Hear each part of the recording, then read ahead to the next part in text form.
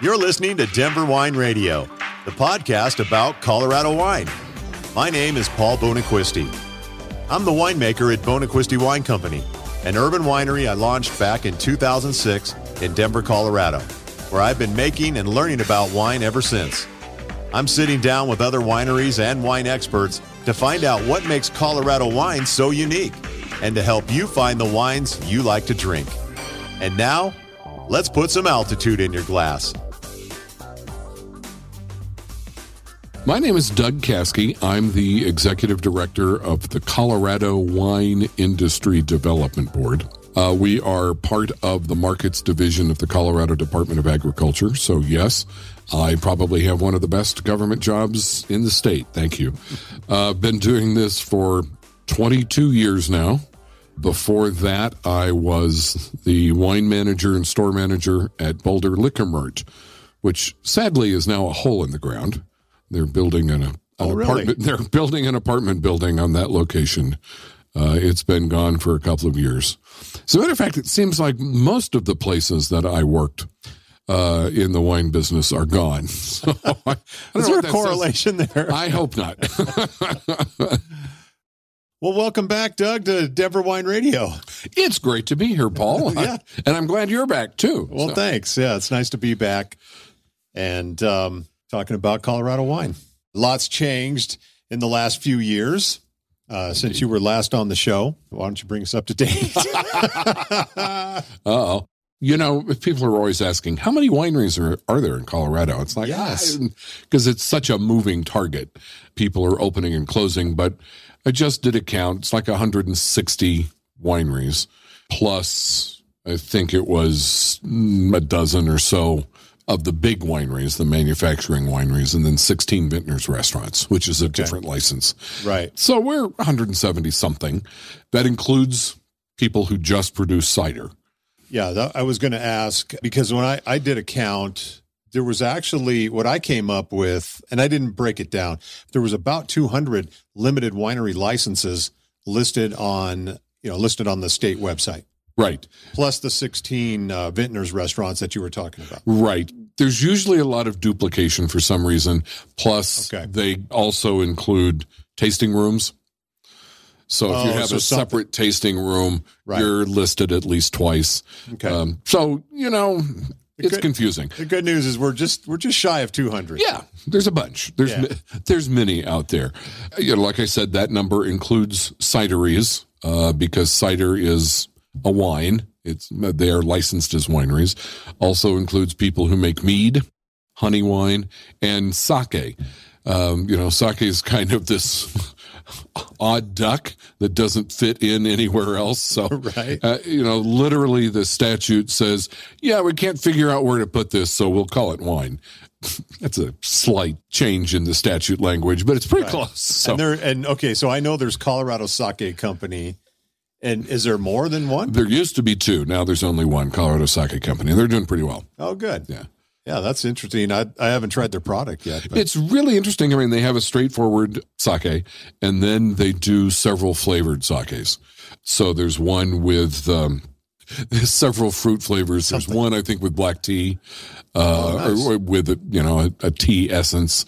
So really interesting stuff that works quite well, and somewhere between a seltzer and a flavored wine, and really interesting products, and they've seemed to be quite popular.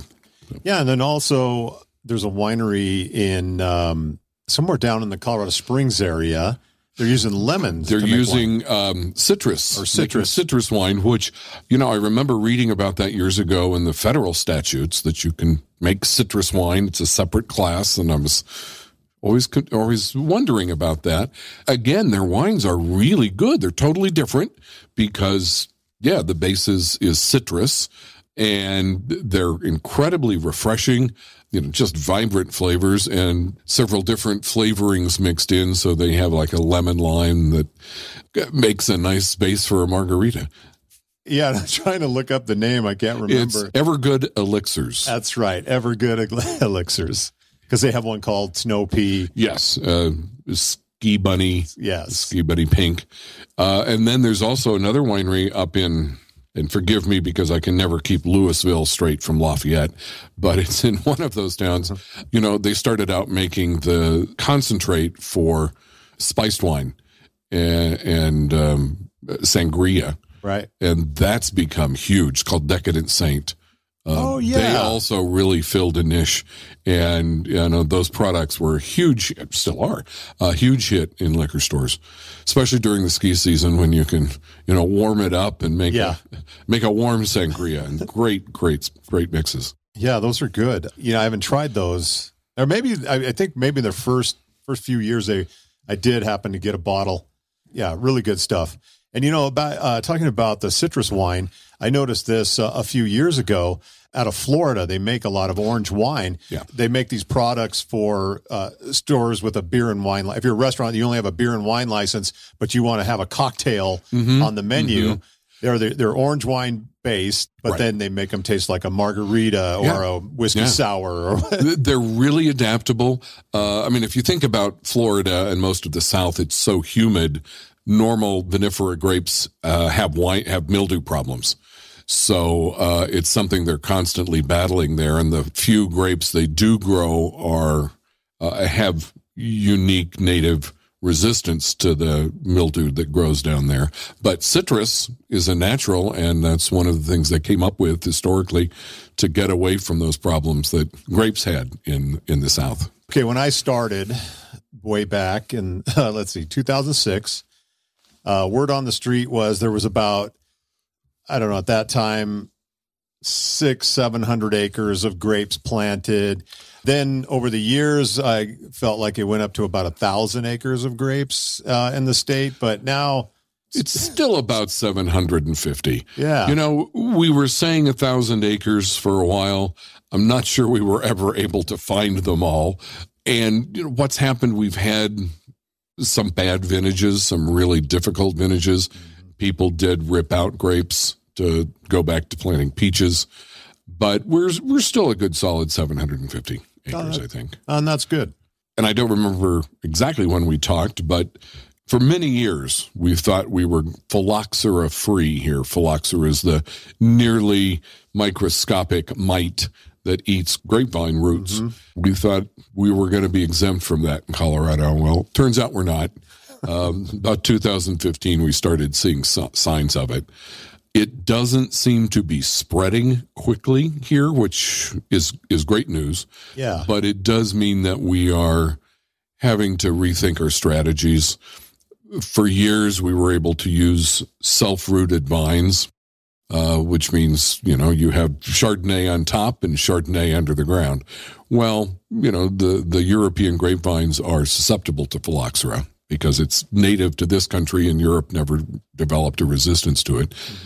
So the solution over there was to graft Chardonnay onto Native American roots.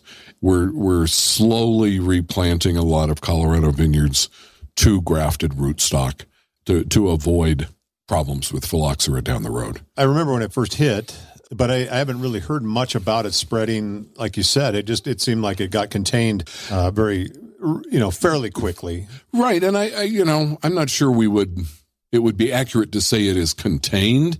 I think it doesn't spread rapidly here. Okay. Washington State would be the same. Yeah. They've also discovered phylloxera more recently than we have. But again, whether it's our soils, somebody said, oh, well, it's too cold here, but phylloxera is native to upstate New York, so it's a lot colder there during the winter than it is here. There are, I think, many factors that slow it down. Yeah, plus vineyard owners don't like to brag about it either. No. So they keep it helps. They keep it to themselves, I think. Horst Gaspari, who's our state viticulturist working out of Grand Junction, one of the comments he made a few years ago is that some of those areas in Western Slope vineyards where we thought, oh, that's just low-lying and there's frequent cold damage there, maybe not. Maybe that was actually a phylloxera infestation in that area in the vineyard, and we just didn't realize it was here. Yeah. Yeah, because he gave a real interesting presentation at Vinco. Mm-hmm. And with a lot of interesting facts. about Colorado. And I know because of weather, I just found this was just almost shocking. We had our lowest production of grapes since 1991 because of two October freezes. Right in a row. Yeah. And they were, I don't remember the exact numbers, but I think it was about a 70 or 80 degree temperature swing within 24 hours or so. Yeah. And it wasn't that it got as cold as it is today outside, but it got cold quickly, and it got colder than the grapes were ready for. Grapes gradually harden off in the fall and the early winter so that they can handle 0 degrees with some ease. And, to get down to 10 or 20 degrees suddenly in October, right after the harvest, was really devastating to the grapevine. So the second year in a row when that happened in 2020 really devastated the 2021 harvest. Yeah. And the CSU climatologist presentation said they had measured the temperatures in October for the last 100 years in Colorado, and it hadn't been below 20 degrees except for 2 years, 2019 and 2020, when it went down to 10. So it's just amazing. Yeah, hopefully these are just flukes of weather in Colorado and not some kind of indication of new trends. But I think, what happened even starting before then with some of the winter damage, people started paying attention more closely to some of the cold-tolerant grape varieties. Yeah. We saw more and more of those being planted to where in 2020, when we lost close to 100% of the vinifera grapes, the European grapes, we still had a fair amount of cold-tolerant grapes to be harvested. So, we're moving in the right direction, and those previous freezes have kind of taught us a lesson that we've recovered from. Yeah, it's kind of cool that there's been more research and more plantings of cold hardy varietals, hybrids as they're known. Some people may not know about hybrids, but they're where they take vinifera grape and cross it with Native American grape. Right. Yeah. And the process was first experimented with back when they found phylloxera in Europe, and they were trying to figure out how to breed resistance to the North American bug into European grapevines. So they started with trying to crossbreed, which wasn't terribly successful at phylloxera resistance at that time, which is why they went to the grafted rootstock. But it started that trend of combining characteristics. So, for instance, they have grape varieties that are resistant to some of those mold and mildew problems we talked about down in Florida. They have a lot of varieties that they've bred that are resistant down to 20, 30 below. Wow. The University of Minnesota is one of the leading creators of these grapes, and they need that up there. They do in Minnesota, but we are benefiting from that too. Some of those varieties do quite well here. Yeah, and the stuff we've tasted over the last few months been really good. Petite Pearl is one that's very exciting. Yes. Cabernet Dorsa is another one that Horst has been talking about. Wow. Aramella for the whites. Yeah, Aramella, and that's we had tried that from Plum Creek. Right. They had a winner, gold cup or a Governor's Cup winner with their right. And Aramella, good example because one of its parents is Muscat. The vinifera parent is Muscat, so you still have that wonderful Muscat aromatics to it, but you've got a little different flavor structure underneath it, and it's a wonderful wine. Especially when you blend it like Plum Creek did. Well, and today I have a bottle of Carlson Vineyards NFSW, not safe for work. That's what that stands for. And maybe but like we to try are working, so it's okay. Yeah. I guess it depends what type of work you're doing. But no, this one is also hybrids. I don't remember the blend. Yeah, I think I know Vidal Blanc is the main grape in this. I can't, but I looked it up and I couldn't find what else was in it. But let's give it a whirl. Sure, you bet. Okay.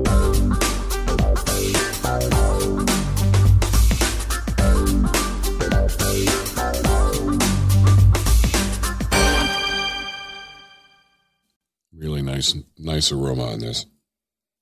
Oh yeah, it smells. It has a Sauvignon Blanc type of smell to it. Mm-hmm.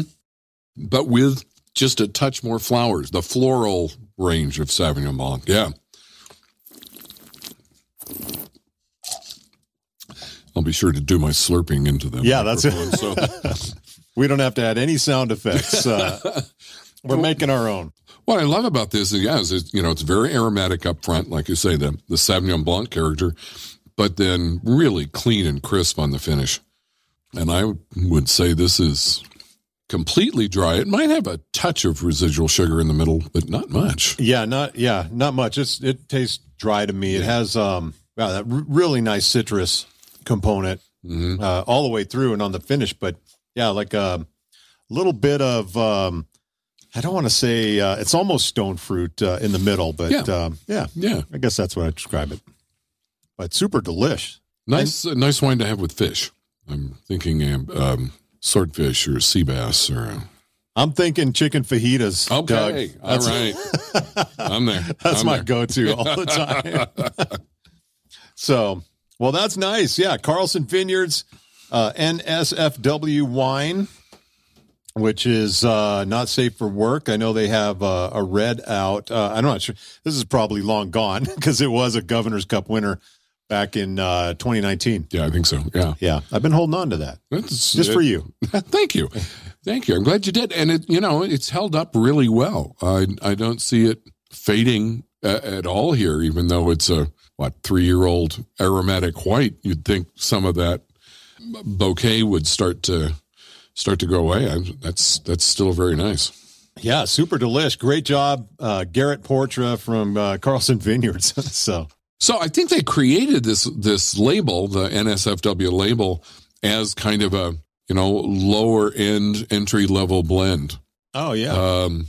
So at the time, I'm thinking this was around a $10-12 bottle on the liquor store shelf. So wow. Yeah. I mean that's a great deal. Yeah, in fact, I'm looking at their NSFW red, their 2019 red. It's $12 right off their website. That's great. Yeah. Incredible value there. Okay, so Vidal Blanc, I'm not sure how many acres of that is being grown, but there's probably a small pocket of it. There are, I think, several growers who are experimenting with it, but yeah, it's not huge, and it ends up in that other category when you look at the listings for by variety here in Colorado. Right.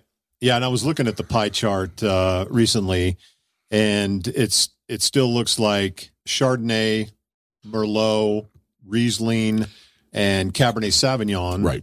All right around like 10% each. Yeah. Give or take a little bit. Yeah. They're still the strong ones that are most prevalent. Cabernet Franc, which a lot of people think should be our signature grape in Colorado, is down around 7 or 8%. Yeah. If I might digress on signature varieties a bit, because people are always saying, well, look at Oregon. The Willamette Valley is known for Pinot Noir. Well, that's great. On the other hand, there's a lot of other areas of Oregon that don't grow Pinot Noir. Sure. So they kind of get left out of that. And that's why I'm a little hesitant to say, oh, this is where we're hanging our hat in Colorado. Right. Because we have such a diversity of climates, of soil structures, and what works in the Grand Valley may not work quite as well in the West Elks AVA or down in Montezuma County. Right. I agree with that. Because when I think of Washington, I don't necessarily zero in on one particular grape, but I know that I know Syrah is really good out of Washington. Cabernet Sauvignon is, Pinot Gris. So they have a lot of things that are good. Exactly. And so it just raises up the, Washington, so we can do, and it's the same in Colorado. We have a lot of varietals that do fantastic. Mm-hmm. So, including Malbec. Yes. Has been one of my favorites over the years. Tempranillo, which I got to start working with just in 2018. So I'd like to see more of those, more Spanish grapes and things going forward. I don't know if you were around, but the story behind Tempranillo in Colorado was, it must have been 2000, 2001. Richard Smart, who's a world-renowned viticulturist out of Australia, he came to Colorado to talk about growing grapes. Mm-hmm. And, his observation was that our climate and terrain reminded him a lot of La Mancha in Spain, right up kind of on the foothills of the Pyrenees, really cold winters, hot summers. And he said, you guys should think about Tempranillo. Yeah. So there were a couple of enterprising growers back then who planted it. And yeah, sure enough, it is really well suited to the climate. Although I think we went through a couple of years where it wasn't as cold hardy as we'd like. Right. But it's bounced back and people are making some great Tempranillos. You had one, right? Yes, yeah. I've made some really good Tempranillo. In fact, my first shot at it, that 2018, ended up in the Governor's Cup. That's right. And then 2019 was a bit of a challenge because of the freeze coming in October, where we had to pick early. And then I made a 2020 Tempranillo. The harvest was really short that year. And, of course, nothing in 21. And that vineyard sadly got wiped out in that freeze of 2020, late October freeze. Well, we do have several, I'm trying to remember who I just saw, Tempranillo Rosés, which I think, in some of those years like 2019, 2020, where you've got a rush picking and maybe it's not quite as ripe as you wanted. Right. I've had some really lovely rosés made out of Tempranillo here too. Yeah, I should have thought of that. But anyway, so grape growing in Colorado, when you look at the weather chart, obviously we know the Grand Valley and the West Elks near Hotchkiss and Paonia. Those are our two AVAs, and we know we can grow grapes there. So then there's this undiscovered country, that's what I like to call it, here in Colorado, which is the Four Corners area. Mm-hmm. And then something new I'd never heard of, an area in Colorado called Paradox Valley. I had to look it up on Google. Yes. This was a result of some of the climate studies by the Colorado Climate Center at CSU. And, they did data comparisons of cold temperatures and freezes and growing days. And they ended up identifying a couple of areas. There's a lot of more area in Montezuma County down in the Four Corners than we realized. And I think, there have been a few growers down there who've taken advantage of that. John Sutcliffe, Guy Drew. Yeah. But there's probably a lot more potential down there than we know. But Paradox Valley is that weird little strip. I don't remember the highway, but it's probably the westernmost north-south highway in the state. Kind of runs from Whitewater Hill down through to Telluride. Yeah. It's sort of the back road to Telluride. Yeah. So picture that you're in Palisade, you're in Grand Junction, and you head south towards Telluride. And you're on the highway, and you're about halfway there. And if you look to the right, to the west, that's about Paradox Valley. Right. And I remember driving that way to Telluride once because I'd heard about it. And I thought, well, what is this? Absolutely beautiful drive, but there's nothing there. Right. It is really isolated. However, maybe that's what makes it such good grape growing areas.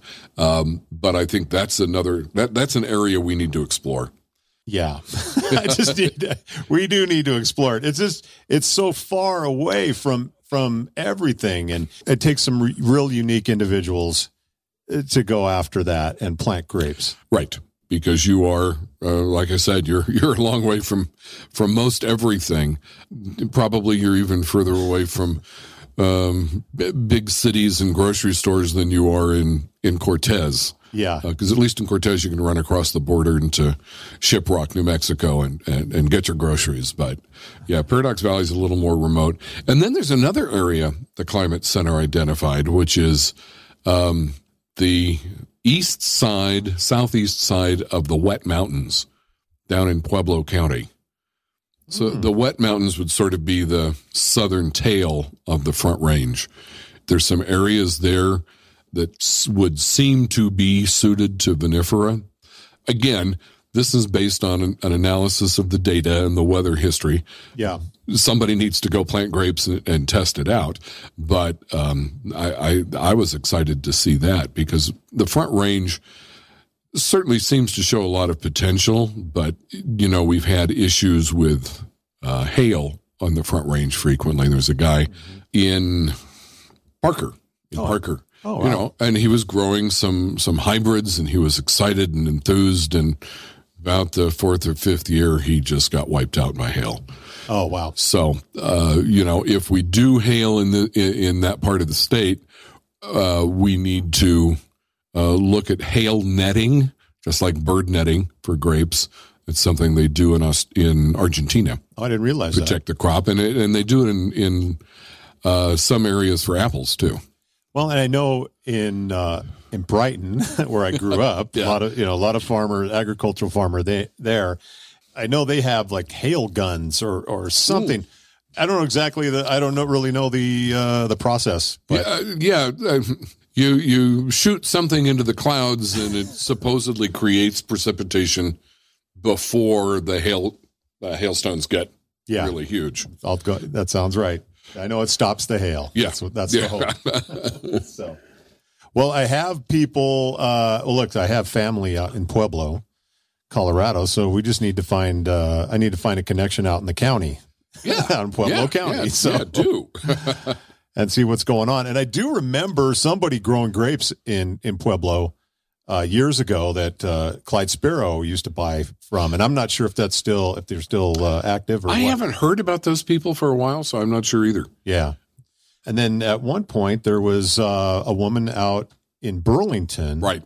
I think they finally decided to give up their grapes. Did they? Yeah. I mean, they were, as far as I know, primarily wheat growers. They tried the grapes for several years, and part of their problem is they were so isolated as far as the wine and grape industry that it was hard to get their grapes to market.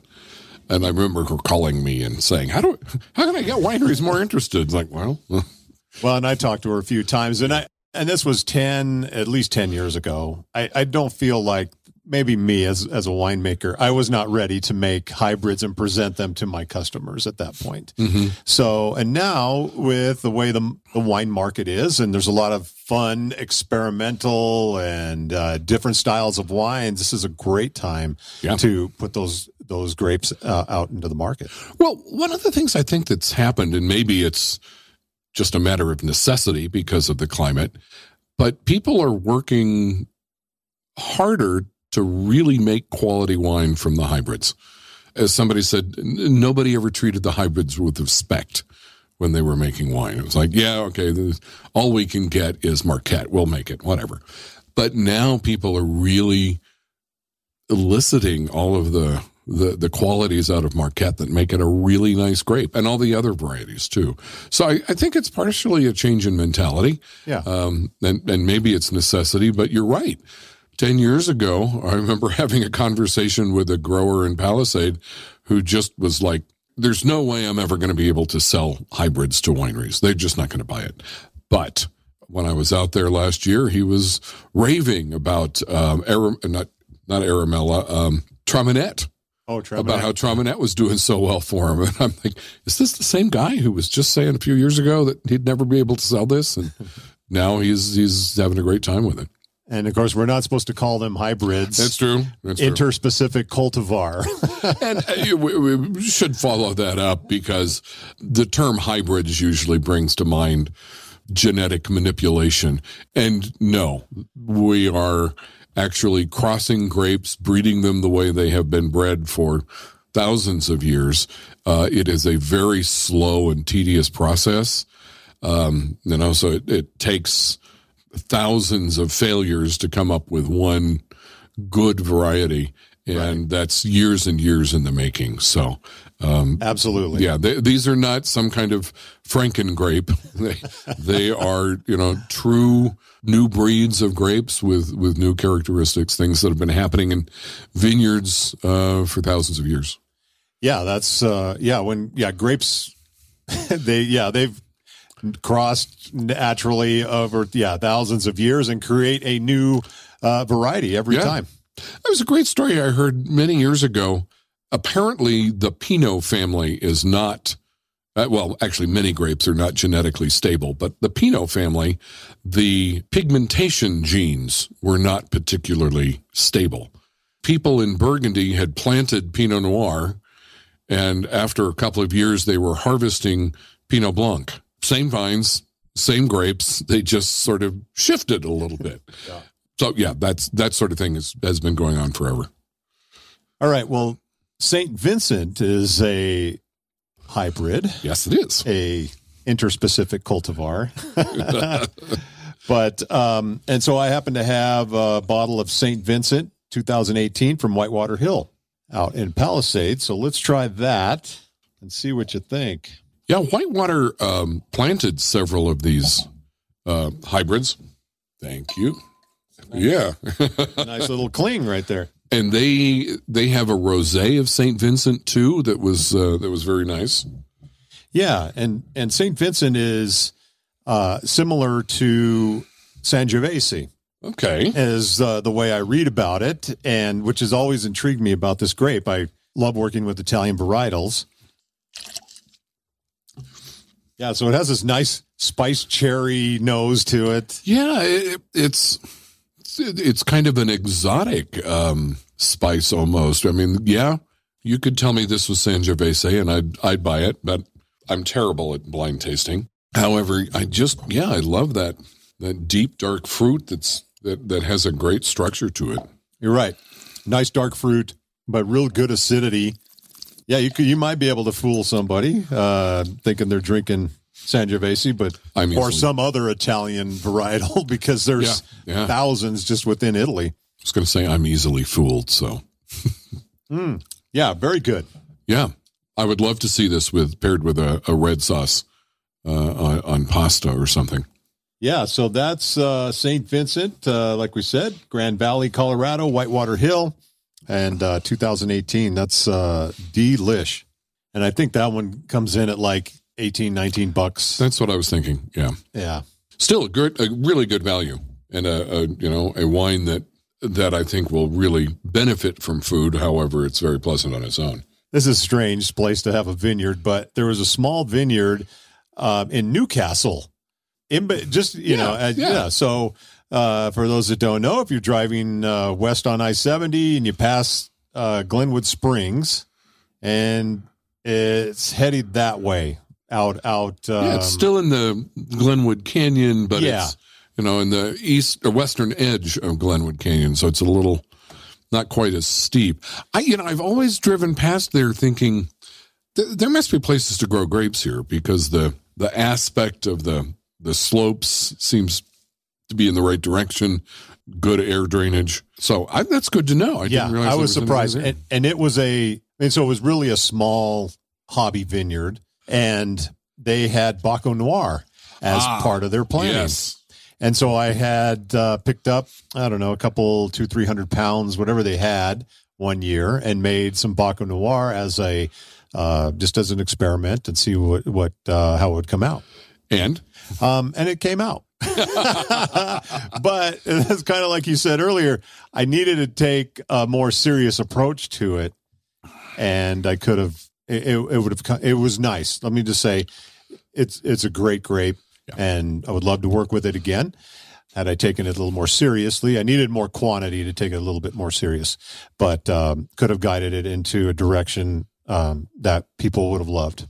Well, Baco, I think, is one of the interspecific cultivars. Yes, that has often given the bad name to those grapes because it seems to me, and I'm not a winemaker, but it seems to me problematic. a lot of the Baco Noirs I've had have been tough, sinewy, chewy, a little over-extracted and, harshly acidic. But even, we talked about Oregon. Some vineyards in Oregon have made Baco Noir that, was good, but it was still problematic. And it wasn't until Guy Drew down in Cortez, no longer making wine under the Guy Drew label, but he had a Baco Noir from a vineyard that, I believe that was the one he said was supposedly dry farmed by the Anasazi. Wow. Hundreds of years ago. So one of the few dry farmed vineyards in Colorado, but it was stunning, absolutely stunning. So I think Baco's a tough one to start with, maybe, but yeah, it can make some really, really nice wines. I think it was Jackrabbit Hill. No, they had a rosé of Marshall Foch, which is another finicky hybrid grape that has always had problems, but their rosé out of Jackrabbit was remarkable. Well, that's about all I have, Doug. Well, thank you for the opportunity to come chat and talk about interspecific cultivars. Yeah, I'm going to continue to refer to them as hybrid grapes because it's just easier. Yeah, I agree. And I'm not going to be afraid of them anymore. But, okay, we have one last question before you go. Okay. If there was a wine named after you, what would it be? Oh, dear.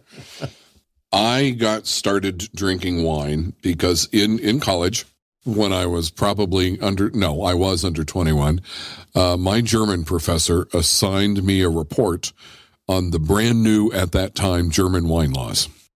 And I thought, well, I've got to do some research on this. And fortunately, the liquor store down the street was very accommodating. And that was the 76 vintage, which was one of the greatest vintages of that century. Wow. Out of Germany. So, I started drinking Riesling, and if that's the only thing I could drink for the rest of my life, I would still be happy. Not necessarily sweet Riesling, dry as well, but if it had my name on it, I would probably be a Riesling. We've tasted a couple of great wines today. Thank you for sharing those. You're very welcome. And appreciate you coming down. Sure. And hanging out with us. And you got any closing thoughts? Enjoy a glass of Colorado wine whenever you can. That's our show for this week. Thank you so much for listening to Denver Wine Radio. Your homework for the week is to go out and taste some Colorado wine. If you have any questions or comments, or just want to let us know what you're drinking, go to denverwineradio.com, where you can email us or leave us a voice message. We'd love to hear from you. And remember, put some altitude in your glass. Produced and distributed by the Sound Off Media Company.